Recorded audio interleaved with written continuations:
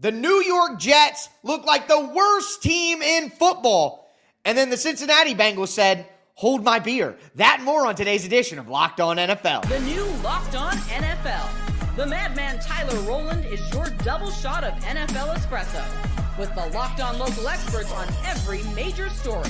Get ready, Rowland is revving up. The new Locked On NFL starts now. Locked On Podcast Network. Your team every day.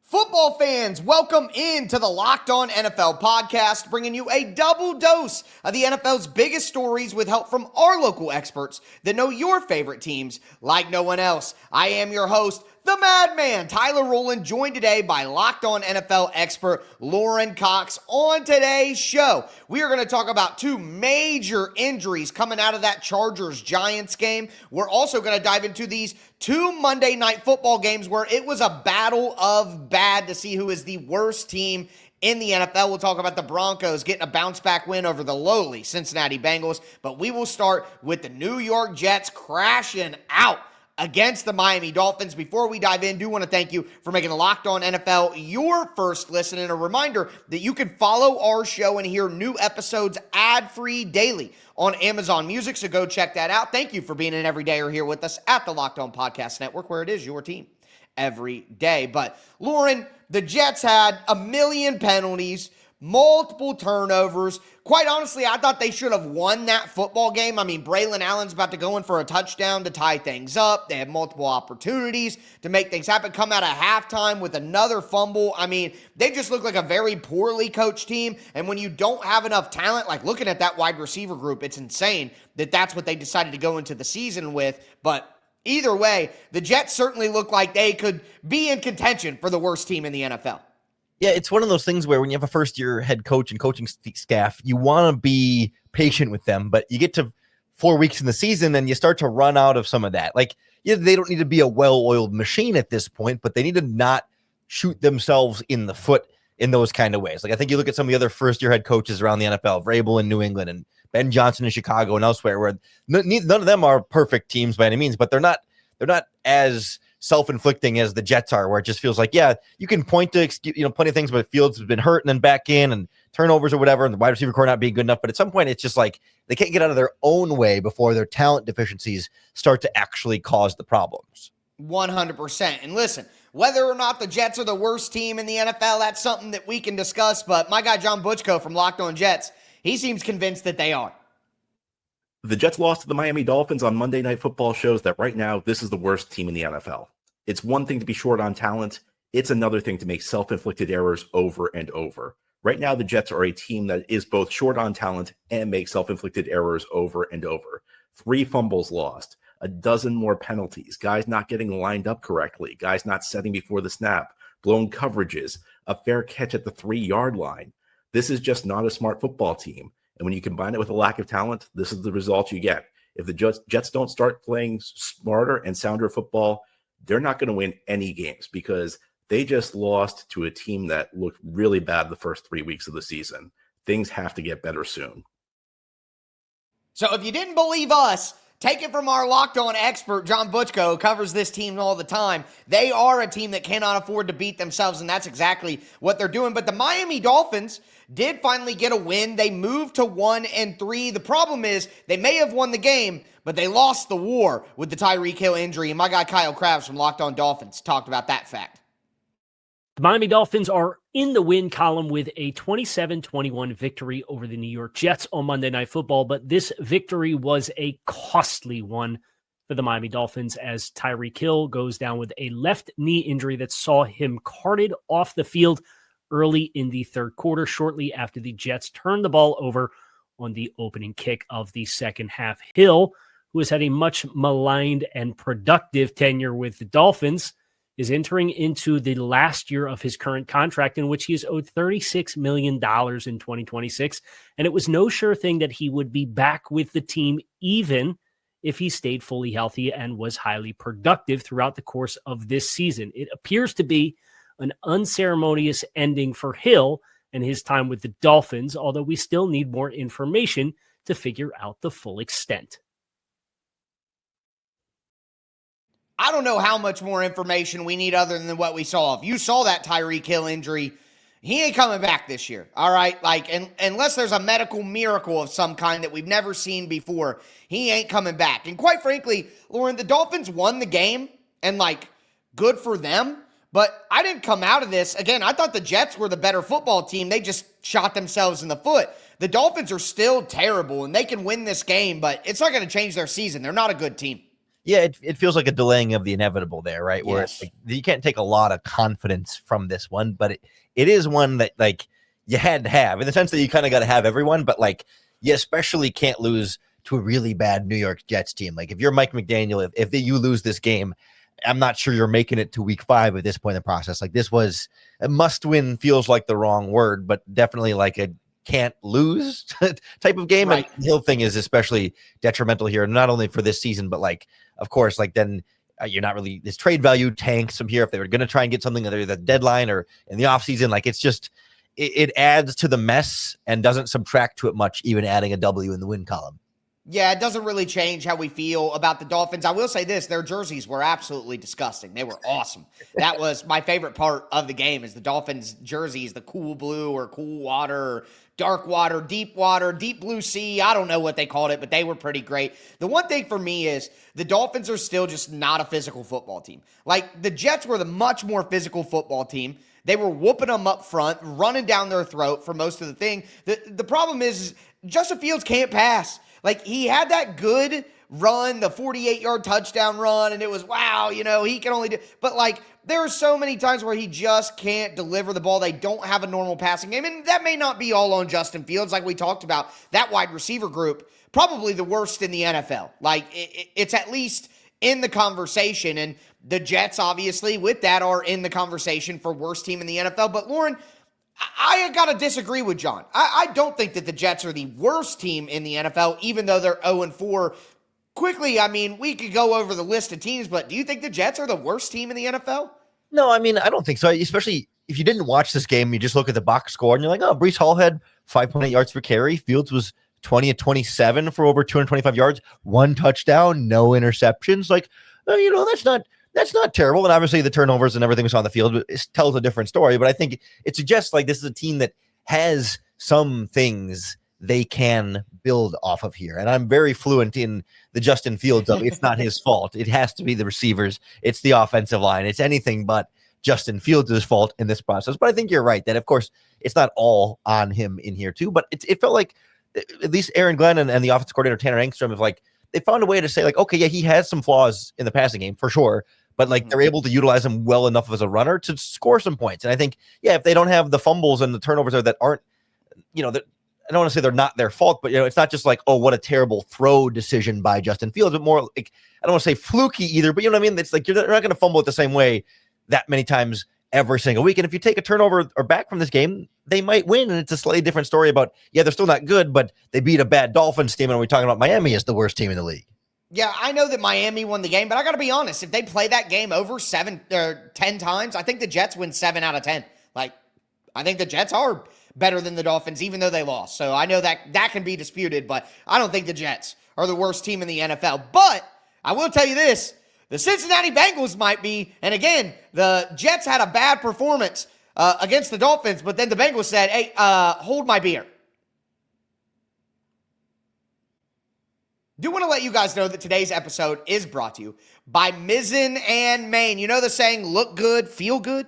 The problem is that most dress clothes only check one of those boxes. They look sharp, but they feel stiff and hot and high maintenance. That's why there's Mizzen and Main. Mizzen and Main makes classic menswear with performance fabrics. So it's effortless to look sharp and feel comfortable. They actually invented the performance fabric dress shirt over 10 years ago, and they've perfected it ever since. Their shirts are stretchy, moisture wicking, wrinkle resistant, and machine washable. No ironing, no dry cleaning. You can go from the office to dinner or even out to the golf course and still feel comfortable all day. Right now, Mizzen and Main is offering our listeners 20% off your first purchase at mizzenandmain.com with promo code LOCKEDONNFL20. Once again, that's Mizzen, spelled M-I-Z-Z-E-N, and Main, M-A-I-N.com promo code LOCKEDONNFL20 for 20% off. And if you'd rather shop in person, you could find Mizzen and Main stores in select states. Today's episode is also brought to you by FanDuel Sportsbook. The NFL season is here, and FanDuel has an offer you don't want to miss. Right now, new customers can bet just $5, and you're going to get $300 in bonus bets if you win. That's right. Pick a bet, put down $5, and if it hits, you'll unlock $300 in bonus bets to use across the app. You guys know we do FanDuel Friday here on the Locked On NFL podcast, and I give you the Madman's Moneymaker. We were 3-2 this week.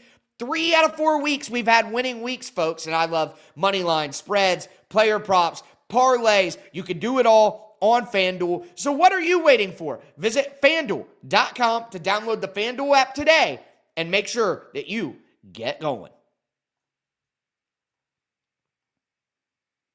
All right, Lauren, let's continue today's edition of Locked On NFL. Again, we talked about the New York Jets crashing out on Monday Night Football and beating themselves against the Dolphins. Still don't think they're the worst team in the NFL, though. But the Cincinnati Bengals, without Joe Burrow, they most certainly might have put their name in the goblet of stink.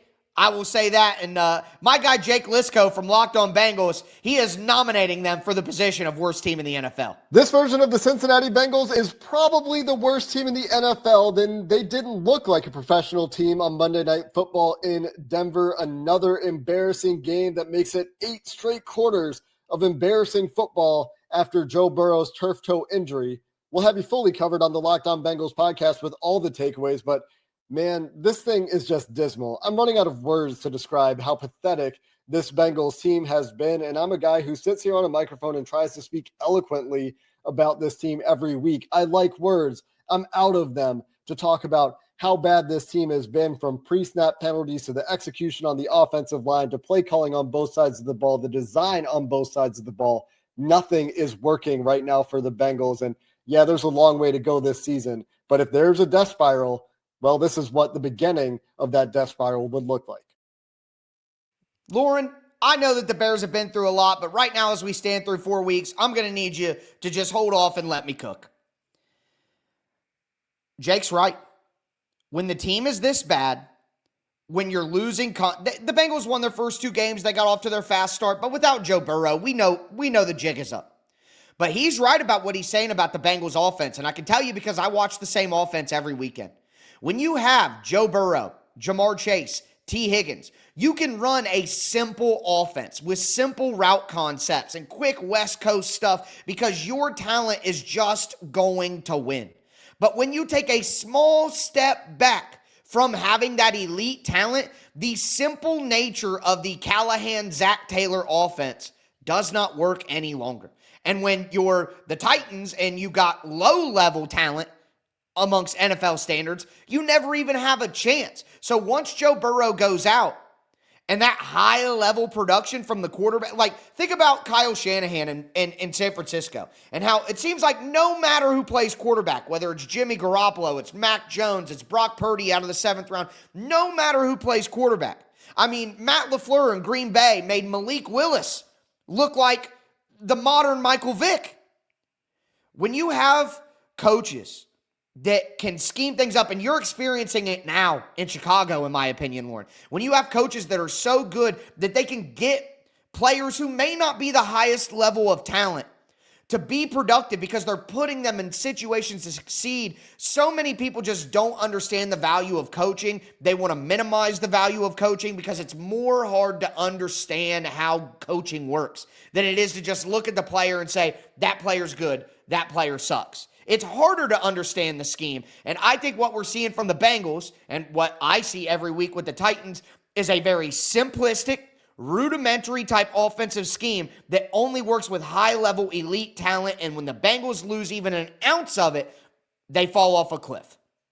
I think the one thing I'd push back on is that, yes, they're playing very poorly right now. But I think the thing the Bengals have that the Titans and the Saints don't have is a little bit more of a track record here, even with Joe Burrow out. Like we've seen Jake Browning have 300-yard games. I think he was 4-3 as a starter a couple of years ago. And that's not to say that Jake Browning is some good quarterback, but more so like they have been able to find ways to at least kind of make it work a little bit when Joe Burrow is not out there. And I'm not saying I have a lot of faith in Zach Taylor, but I've at least seen Zach Taylor do it as opposed to like Callahan in Tennessee or, in this case, Kellen Moore in New Orleans. We haven't seen him do it in New Orleans specifically, that like they still have to prove to me that they can put together a team that can win games in 4 quarters, even with some deficiencies. Whereas at least the Bengals have done it in the past. And I have some feeling like, well, maybe Zach Taylor can do that again, even in small spurts and sample sizes that the Titans and Saints just don't have at all.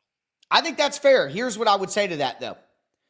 Brian Callahan isn't there anymore, and he is a known Jake Browning whisperer. Like, they were very close. He tried to get Browning to the Titans as a backup, and the Bengals wouldn't do it, and blah, blah, blah. So Callahan was known as the guy who adjusted that offense during the season. And then we've already seen Jake Browning in that starting role. So now you can go look at the tape of that and be like, oh, this is what they're going to do with Jake Browning. We'll see if that works. But it's fair to say that we'll see if Zach Taylor is able to adjust. And going into Denver and playing that defense is difficult. I still would say that the Bengals are not the worst team in the NFL. But I can tell you a team that's not in that conversation, and it's the Denver Broncos, who absolutely handled their business as they needed to, coming off 2 losses. And my guy Cody Roark from Locked On Broncos talked about the big win. Bo Nix and the Broncos offense account for over 500 yards of production in Monday night's big-time win against the Cincinnati Bengals. And the Broncos, they snapped a long-standing streak led by J.K. Dobbins. 37 straight regular season games, the Broncos did not have a 100-yard rusher. Well, J.K. Dobbins came through big on the evening, rattling things off in the fourth quarter to surpass over 100 yards, snapping that streak. As the Broncos, they dominated a Joe Burrow-less Cincinnati Bengals team, and they made it look easy as well, holding the Bengals to a very, very poor production, over 150 yards of offense there, taking Jamar Chase, T. Higgins out of the equation here. The Broncos, they improved to 2-2 on the year, and now they got a matchup coming up against the Philadelphia Eagles and the defending Super Bowl champions. Can they get on the road and get another victory? For more, check out Locked On Broncos. I don't think that the Broncos are going to find a way to beat the Eagles, but I think the Broncos did show that, like, Bo Nix is playing a little bit better than early in the season. J.K. Dobbins gets the 100-yard game. That was really impressive. Good for him with everything that he's been through. They spread it around. They have a ton of different weapons, even if they don't have anybody incredible outside of Cortland Sutton. And that defense, man, it could just swarm people when they're playing well. So I think the Broncos looked a little rocky early in the season, and that loss to the Colts in week 2 doesn't look as bad as we know more about the Colts. I think the Broncos are going to be just fine, and with the issues that the Chargers might have around the corner, which we might talk about here in a second, I think the Broncos are still in a position to fight for another playoff seed. Yeah, I'm torn on this because I can, on the one hand, every win in the NFL counts, and like, even it's hard to beat up on bad teams. Like, mediocre teams play down to bad teams, and good teams beat up on bad teams. On the other hand, I worry about the Broncos luring us into a false sense of confidence because of the defenses they're playing. Like, he mentioned the Eagles, which is going to be a really tough game the next week, and people are going to say, oh, well, it's the Eagles, so you should beat that team. But like, when they score a bunch of points against a really bad Bengals defense, and then they got a Jets team they should be able to score against, a Giants team they should be able to score against, and then a Cowboys team they should be able to score against, I can imagine a month from now we're going to be saying, wow, Bo Nix and the Sean Payton offense is really clicking and firing on all cylinders. And I just wonder if they come back to earth by the time we actually get to playoff time, and they go from contender to maybe feeling a little bit more like pretender. But I also feel like even beating up bad teams can represent real progress. We just need to see it translate to better teams like the Philadelphia Eagles next week.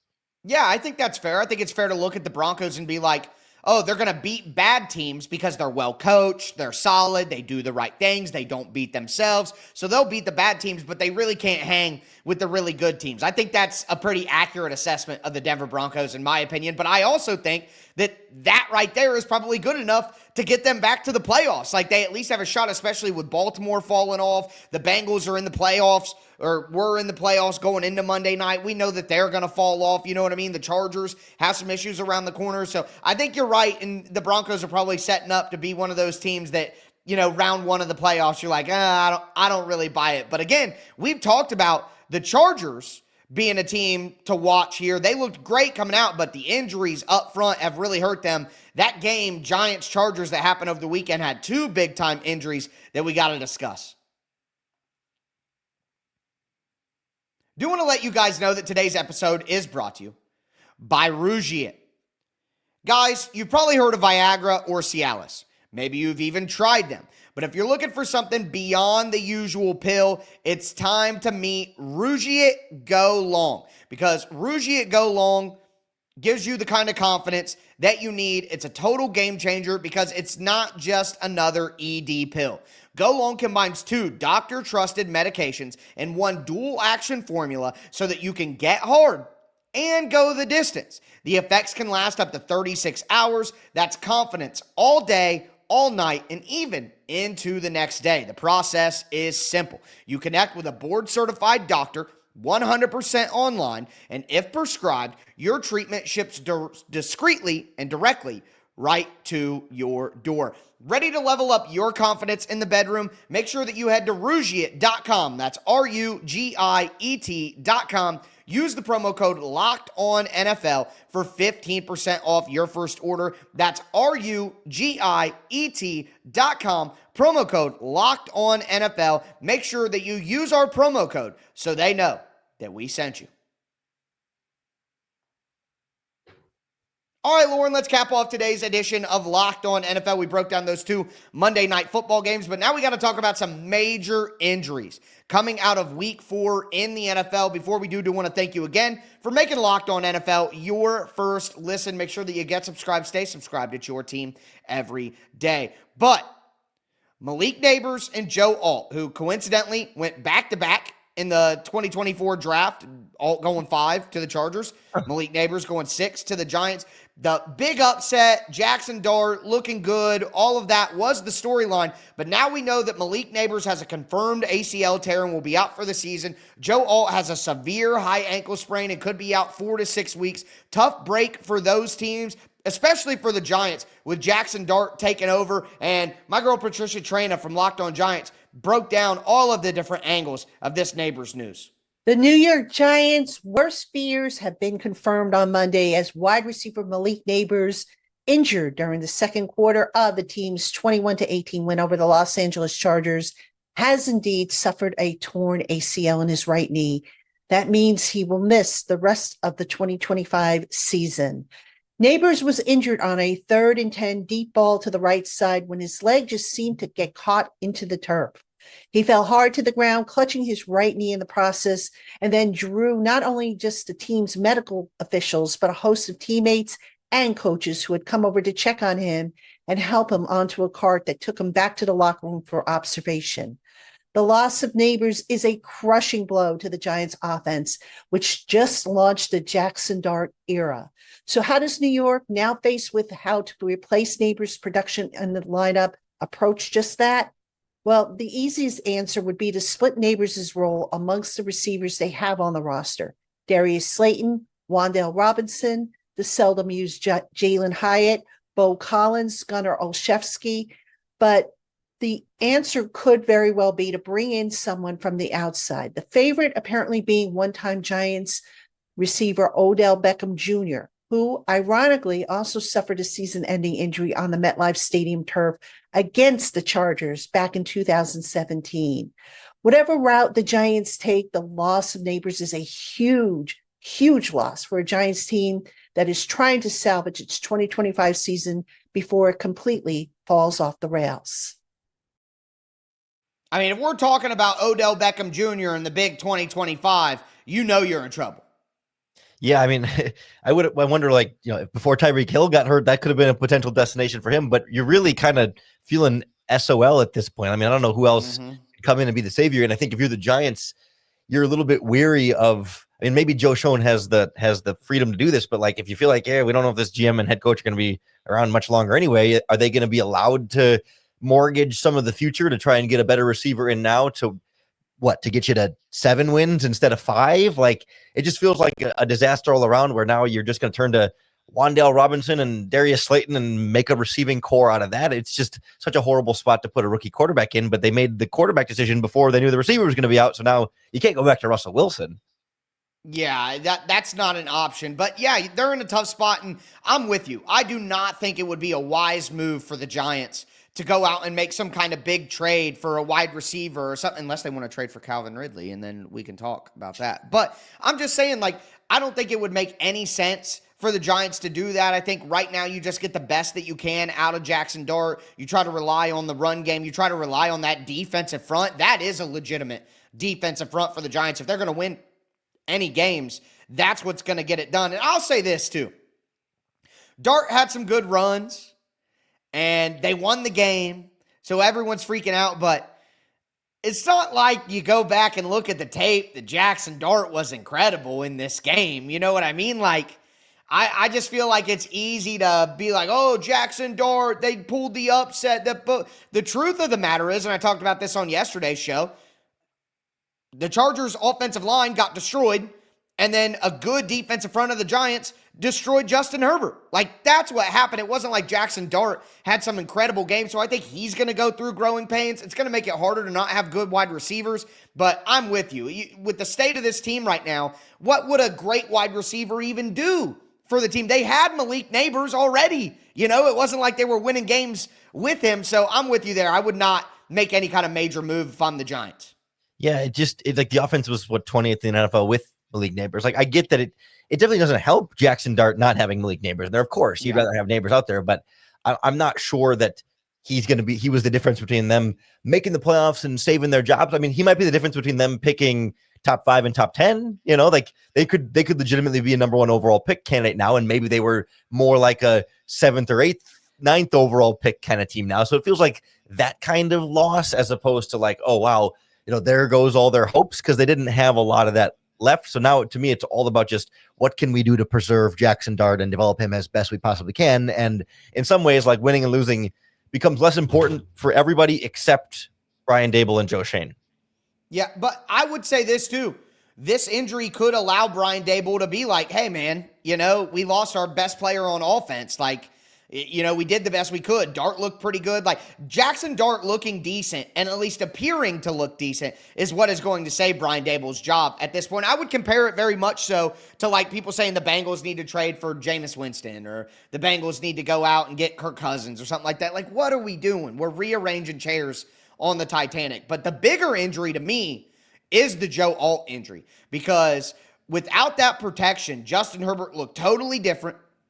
And without that dominating, they're already without Rashawn Slater. Now without Joe Alt, they're going to be having a major drop-off in offensive line play. And for a team like the Chargers that look like they might be able to get the number 1 seed in the AFC, I think this is a big blow to them. This could take them from number 1 seed contention to fighting just to make the playoffs with how important that offensive line is. I think the Alt injury is actually way bigger when it comes to the long-term standing of these teams this year.